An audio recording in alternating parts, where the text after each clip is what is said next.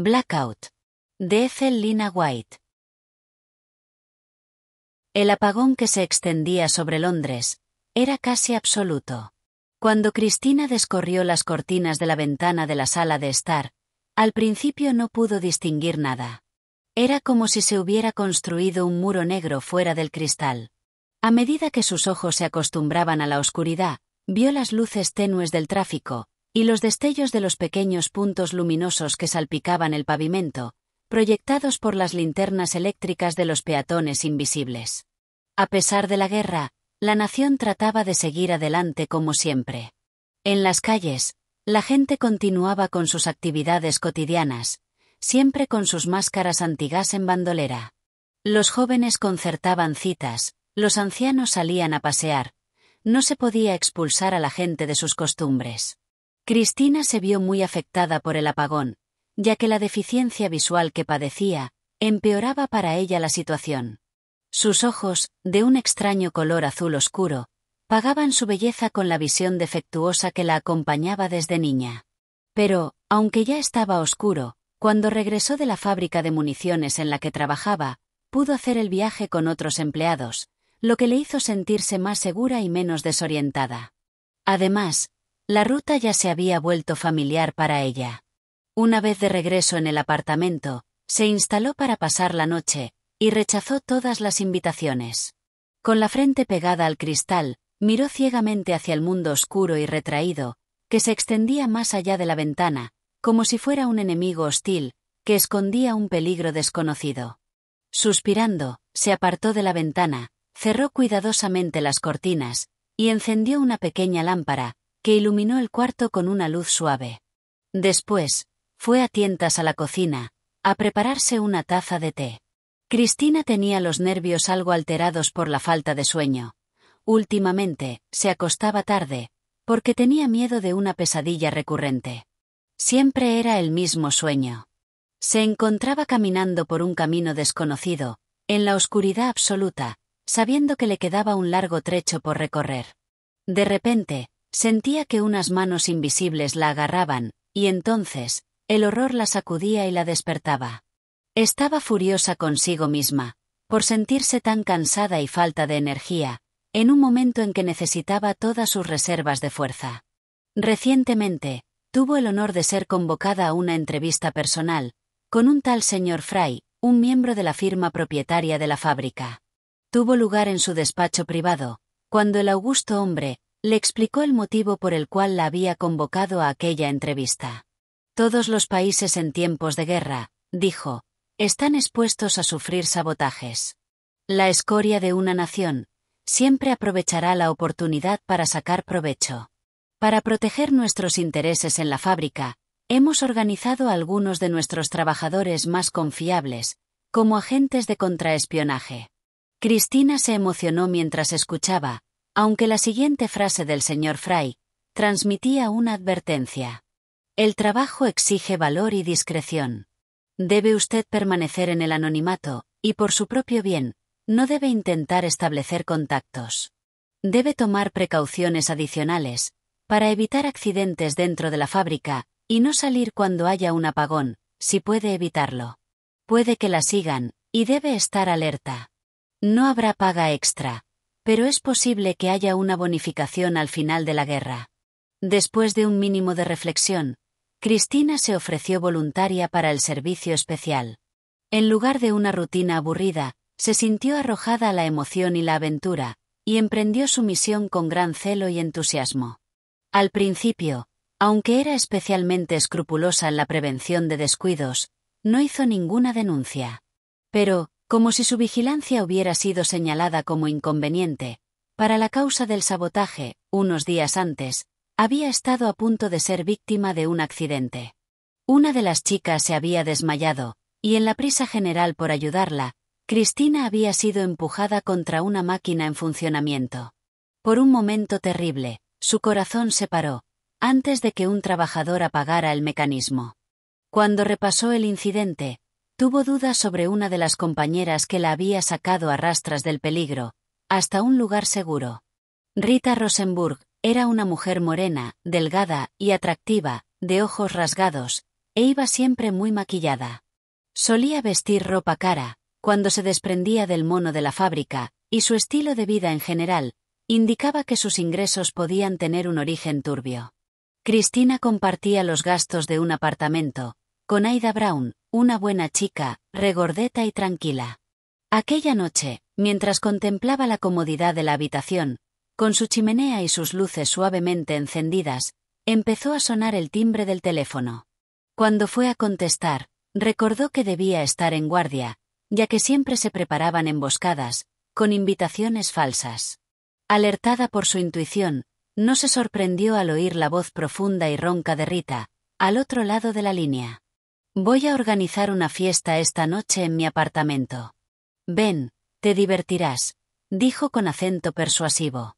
«No gracias», respondió Cristina.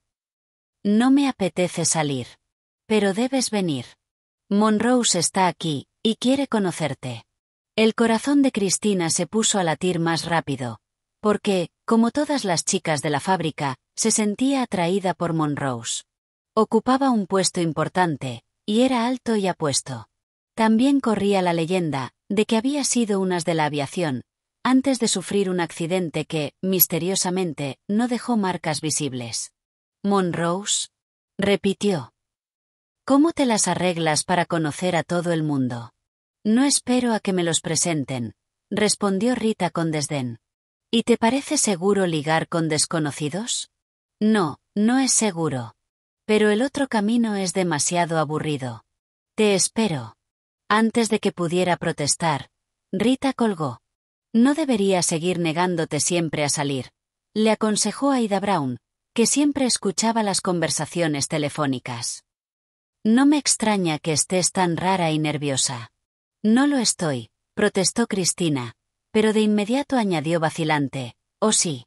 De repente, se sintió cansada del aislamiento mental y de la sospecha generalizada a la que estaba sometida, y quiso que Ida la tranquilizara. «Querida, debes animarte e ir a esa fiesta.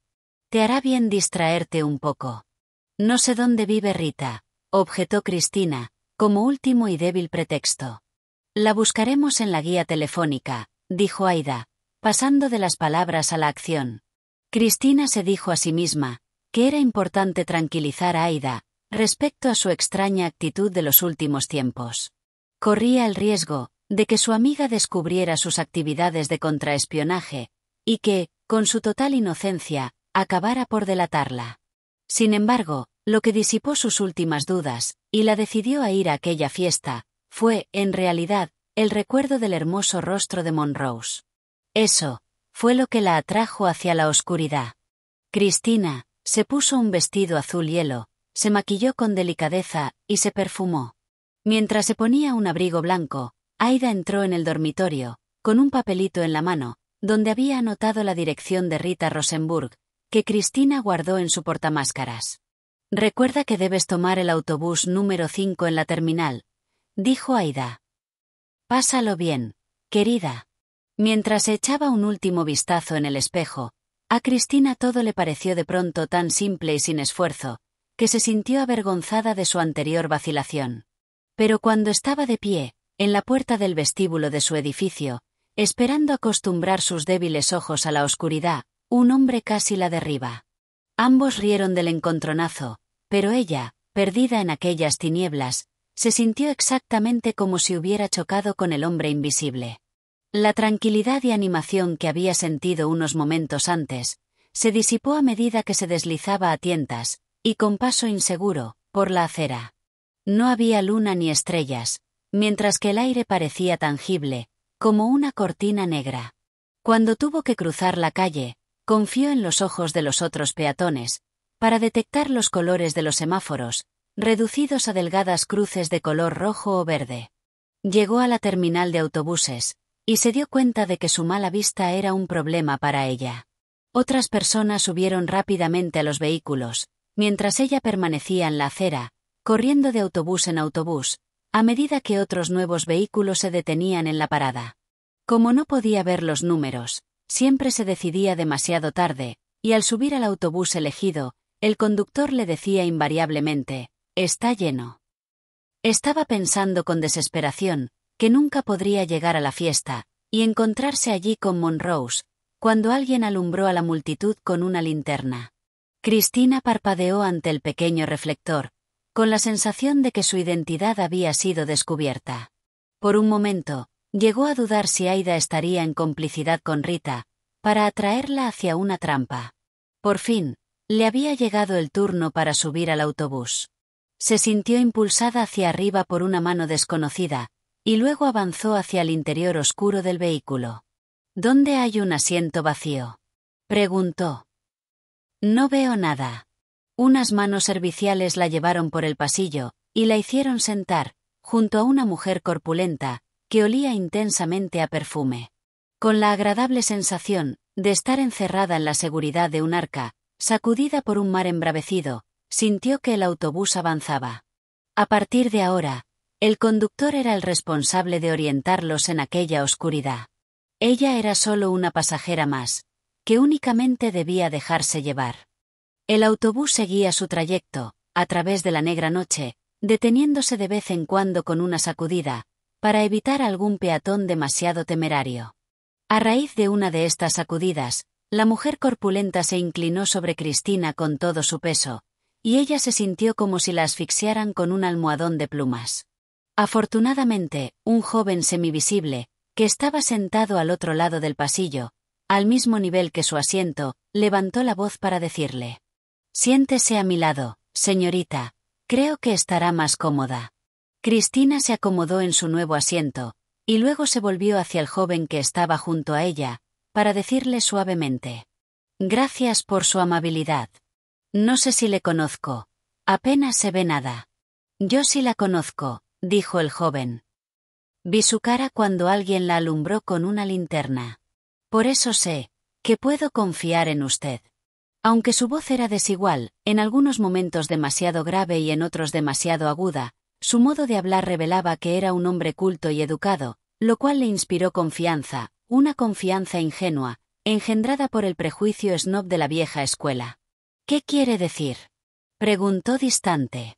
«Cuando se lo diga, pensará que estoy loco», dijo. «Es posible. O quizás borracho», repuso ella. «No estoy borracho. Pero escuche esto». E inclinándose un poco hacia ella, dijo en un susurro: «Un hombre me ha venido siguiendo. Está en este autobús». Antes de que ella pudiera protestar, él encendió un cigarrillo. A la débil luz de la llama de la cerilla, ella vio un rostro demasiado encantador y delicado para un hombre. Su forma ovalada, combinada con el pelo rubio y los grandes ojos azules, sugería a alguien delicado, que necesitaba mimos y protección. Sin embargo, aquel rostro no le resultaba enteramente desconocido. «Me parece que conozco su cara», dijo. «¿Está en la fábrica de municiones de Fry?». «Sí», respondió él, con entusiasmo. «Soy dibujante allí. Probablemente me haya visto en la cantina». Luego bajó la voz, y preguntó en un susurro: «¿Es usted una de los nuestros?». Ella olió una posible trampa, a tiempo para evitarla. «Sí, trabajo allí», respondió con frialdad. «Entonces usted también está involucrada en esto», continuó él, hablando con voz queda. «Escuche con atención. Tengo una carta aquí conmigo. Es desesperadamente importante, y debo entregarla esta noche. Pero no veo cómo dar esquinazo a ese tipo que me sigue. Usted podría llevarla». «¿Lo haría?». «Debe llevarla a la avenida Bengal, sexta casa a la izquierda. Es la segunda parada. El hombre está esperando para abalanzarse sobre mí, cuando baje del autobús. Pero no sospechará de usted». Cristina se sentía terriblemente incómoda mientras escuchaba. Si no la hubieran reclutado para un servicio confidencial en la fábrica, habría sido inmune a las sugestiones. Ahora, sin embargo, era susceptible a ellas, porque admitía para sí misma que la historia del joven podía ser cierta. Documentos robados, espionaje, agentes secretos, todo eso eran fantasías en los tiempos de paz, pero lugares comunes de la guerra. «Habla como si estuviera en una película», dijo ella con sequedad. «Me cuesta creer en la veracidad de un desconocido que emplea ese tono melodramático. Pero no puede negarse. La voz del joven era severa. No es por mí, es por Inglaterra. ¿Recuerda la dirección? Por supuesto que no. No la necesito. Sin hacer caso de su negativa, él sacó un cuaderno de su bolsillo, arrancó una hoja, y después de escribir algo en ella, la metió rápidamente en el portamáscaras de Cristina. Eso es suficiente para recordarla. Y esto, añadió, poniendo con disimulo un pequeño objeto en su mano, es la llave que le permitirá entrar en la casa. Después, mirando al frente, exclamó: «Mire. ¿Puede ver a ese hombre, junto a la puerta? Me está esperando». El vehículo estaba demasiado poco iluminado para distinguir los rostros, pero al forzar la vista en la penumbra, Cristina vio a un hombre alto, que llevaba un sombrero de fieltro, con el ala caída sobre los ojos. Estaba agarrado a una correa cerca de la puerta. «Avisaré al conductor», le susurró al joven. «Por el amor de Dios, no», imploró él. «No debe hacer algo así. El tipo lo mataría a él, y luego a nosotros. No tenemos ninguna posibilidad en la oscuridad. Depende de usted. Ahora debo irme. Aquí tiene el sobre, no lo pierda. Es de vital importancia. Adiós, y suerte». De repente, el joven se levantó, y avanzó a tientas por el pasillo del autobús.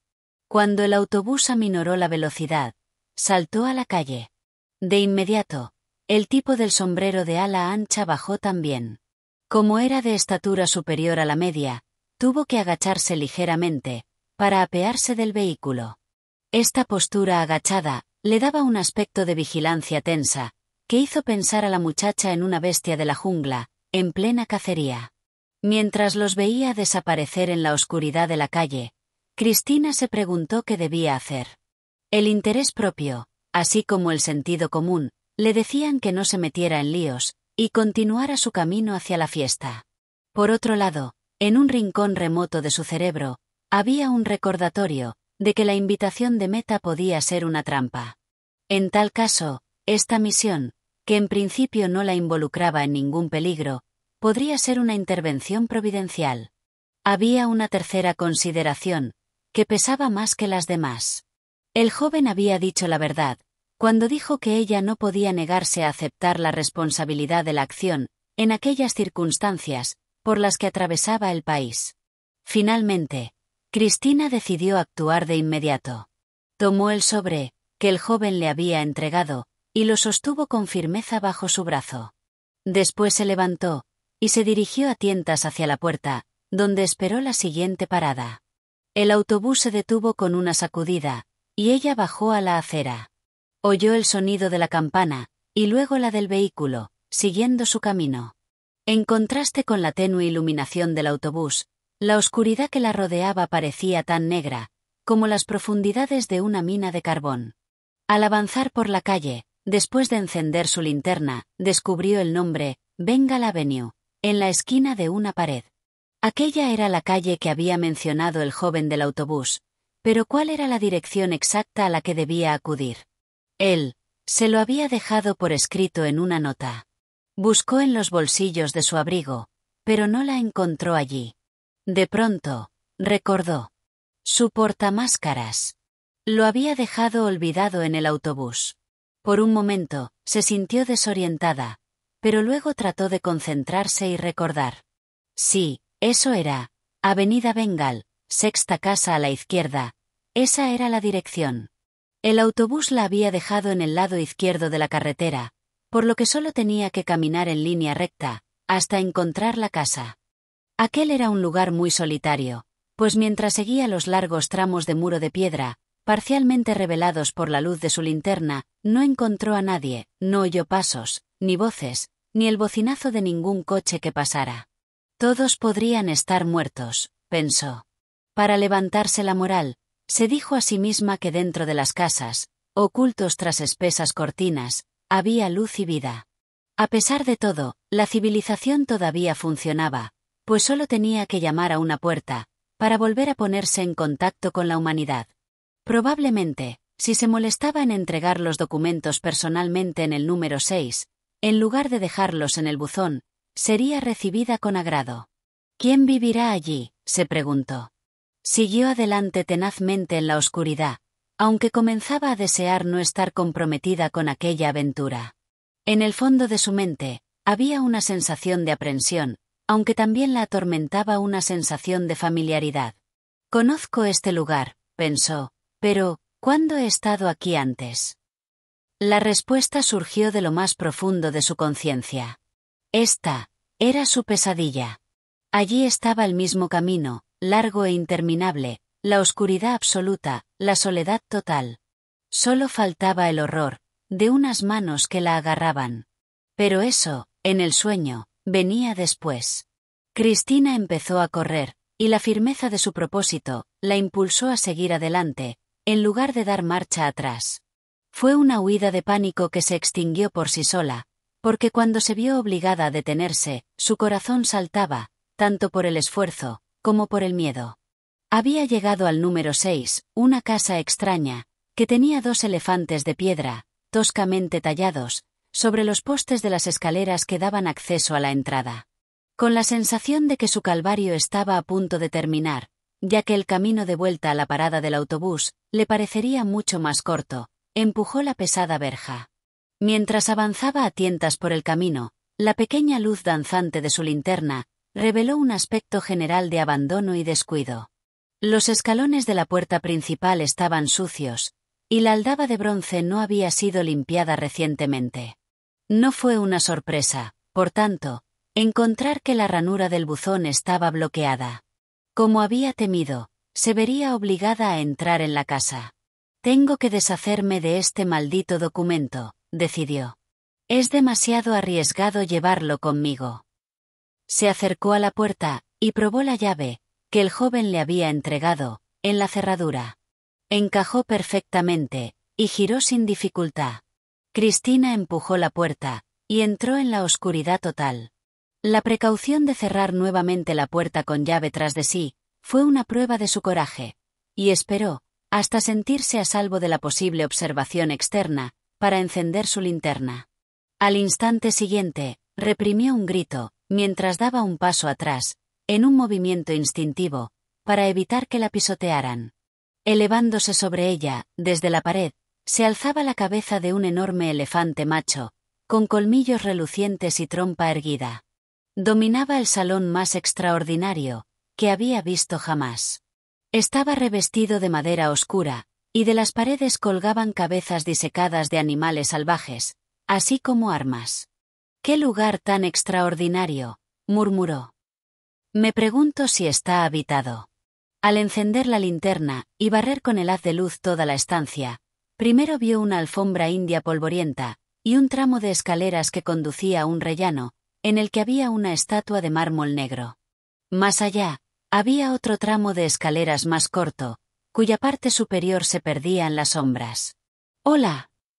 ¿Hay alguien ahí?», gritó. Su voz sonó débil y temblorosa, en el silencio de la casa vacía, revelando el miedo que sentía. No hubo respuesta a su llamada. Sintiendo que ya había cumplido con su deber, escuchó la voz de advertencia, que le decía que saliera de la casa y corriera a un lugar seguro. «¡Corre! ¡Corre!». Estaba a punto de dejar el documento sobre una mesa de teca tallada, cuando se dio cuenta de que se había roto una esquina del sobre.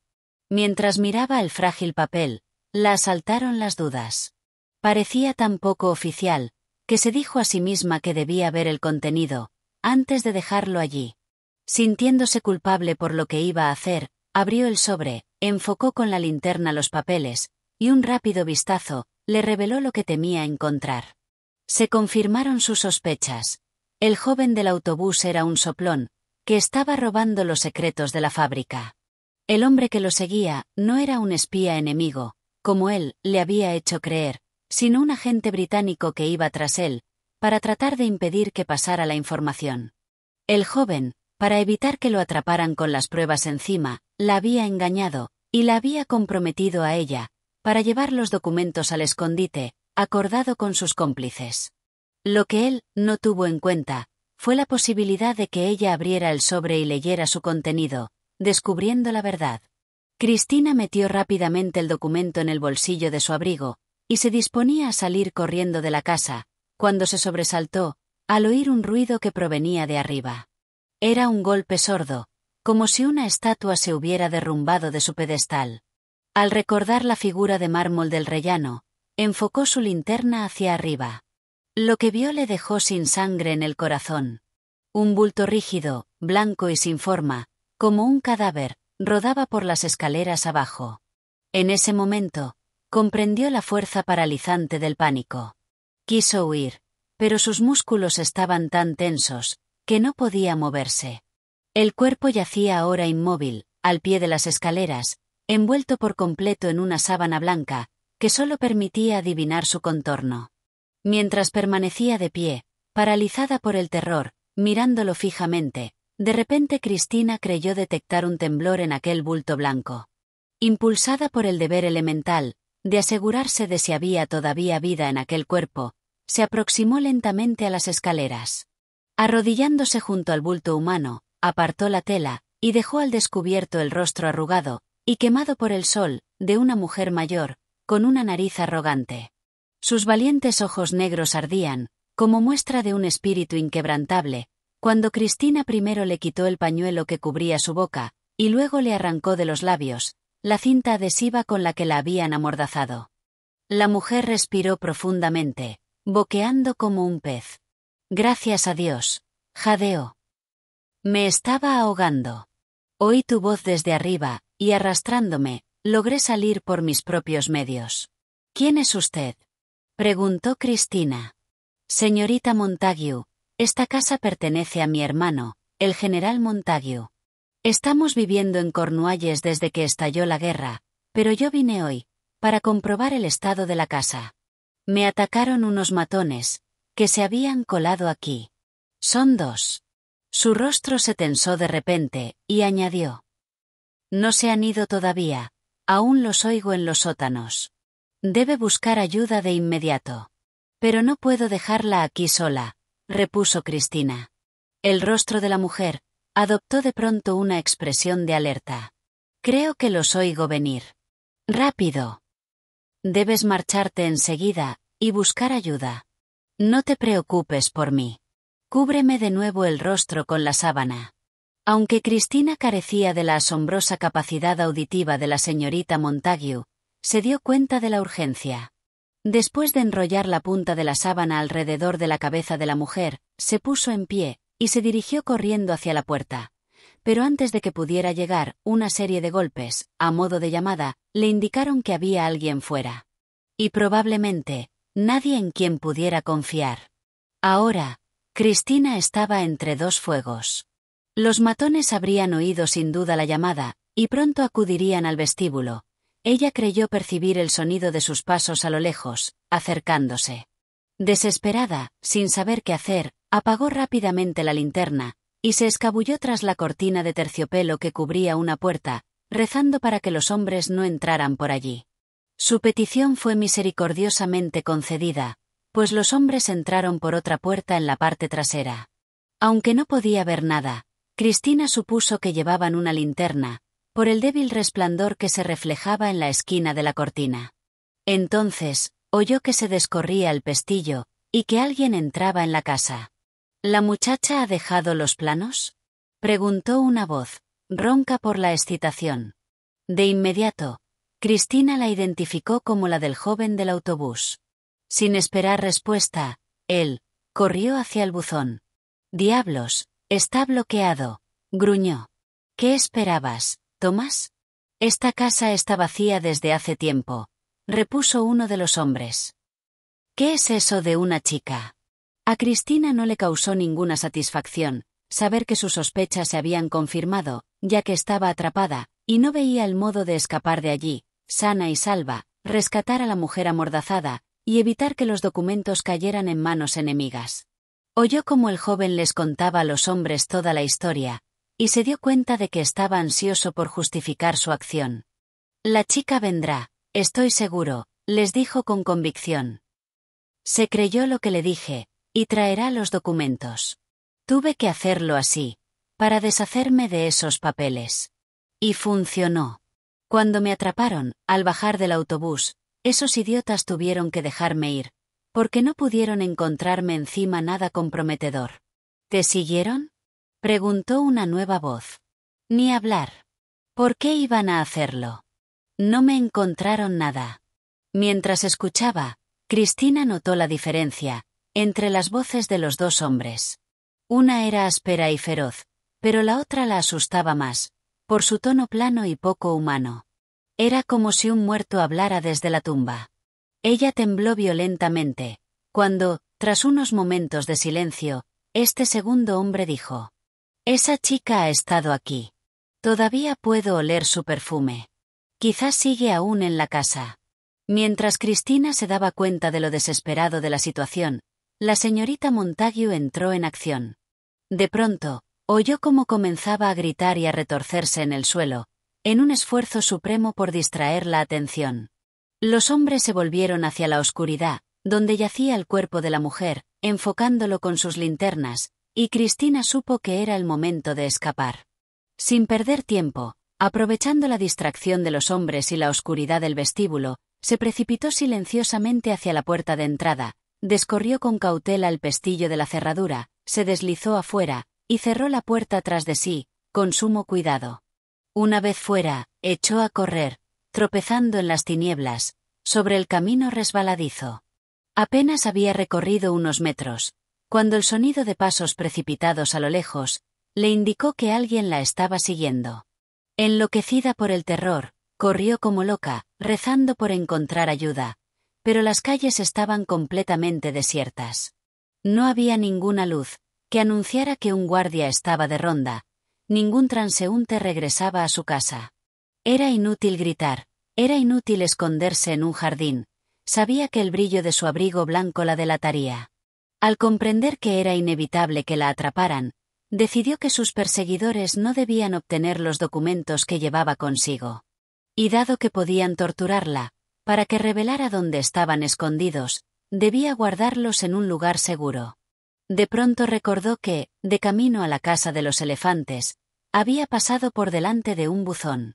Corriendo a ciegas, sin atreverse a encender su linterna, por temor a revelar su presencia en la oscuridad, chocó contra el buzón antes de verlo. El estruendo del impacto la dejó sin aliento por completo, pero antes de desplomarse, logró empujar el sobre, a través de la ranura. Entonces, se sintió agarrada por manos invisibles, en el espantoso cumplimiento de su pesadilla. Después de un intervalo de tensión y asfixia, cuando, cegada por un abrigo sobre la cabeza, se vio empujada a través de la oscuridad, Cristina se dio cuenta de que estaba de nuevo en el vestíbulo de la casa de los elefantes. Miró a su alrededor con miedo, sin atreverse a fijar sus ojos en la forma blanca, tirada al pie de las escaleras, debido a su postura horriblemente antinatural. Probablemente, pensó con horror, aquella pobre mujer ya estaba muerta. Los hombres habían ocultado sus rostros con pañuelos oscuros, mientras sus ojos brillaban por encima de la tela, pero ella reconoció sus voces. Fue la voz muerta la que le habló. «¿Dónde está ese sobre? Si no hablas, puedo obligarte a hacerlo». «Lo metí en un buzón», dijo, con un leve tono triunfal en su voz. «Muy inteligente», dijo el hombre con desdén. «Quizá te guste saber que, con ese golpe maestro, has matado a un hombre». «¿Quién? ¿Qué quiere decir?», preguntó Cristina sin aliento. «El cartero. Si forzamos el buzón, podríamos llamar la atención. Dejaremos que sea el cartero quien lo abra, y después, nos aseguraremos de que no hable». Cristina lo miró horrorizada. Ella no había pensado siquiera en eso. El terror la había hecho actuar con precipitación, irreflexivamente. De repente, oyó que llamaban a la puerta principal. Los golpes eran tan fuertes y persistentes, que el hombre de la voz muerta susurró una orden. «Tú, amordaza a la chica. Abre la puerta, Thomas, y haz tiempo». Cristina, casi asfixiada por el pañuelo que le metieron a la fuerza en la boca, fue arrastrada hacia la sombra. Oyó que la puerta se abría unos centímetros, y luego, la voz de Rita Rosenburg. «¿Dónde está Cristina Forbes?», preguntó. «Nunca he oído hablar de ella», respondió Thomas. «Se acabó». La policía está aquí, dijo Rita. A continuación, se oyó un disparo, y Cristina perdió el conocimiento. Cuando recuperó la conciencia, miró a su alrededor, muy confusa. Estaba en un confortable apartamento, tendida sobre un sofá. Rita se inclinaba sobre ella, sonriente, con una taza de té en la mano. «Tómate esto, querida, te sentará bien», le dijo, tendiéndole la bebida. También se encontraba allí, la señorita Montague, cómodamente sentada en un sillón, fumando un puro, y bebiendo una copa de jerez. «Lamento que mi maniobra de distracción no te permitiera escapar», le comentó la dama a Cristina. «Hiciste un ruido terrible al salir. Nunca te llevaré a cazar conmigo. Temí que aquellos hombres la hubieran matado», dijo Cristina, mirando a la mujer con sorpresa y alivio. «Afortunadamente, se contentaron con amordazarme de nuevo, y aterrorizarme con terribles amenazas.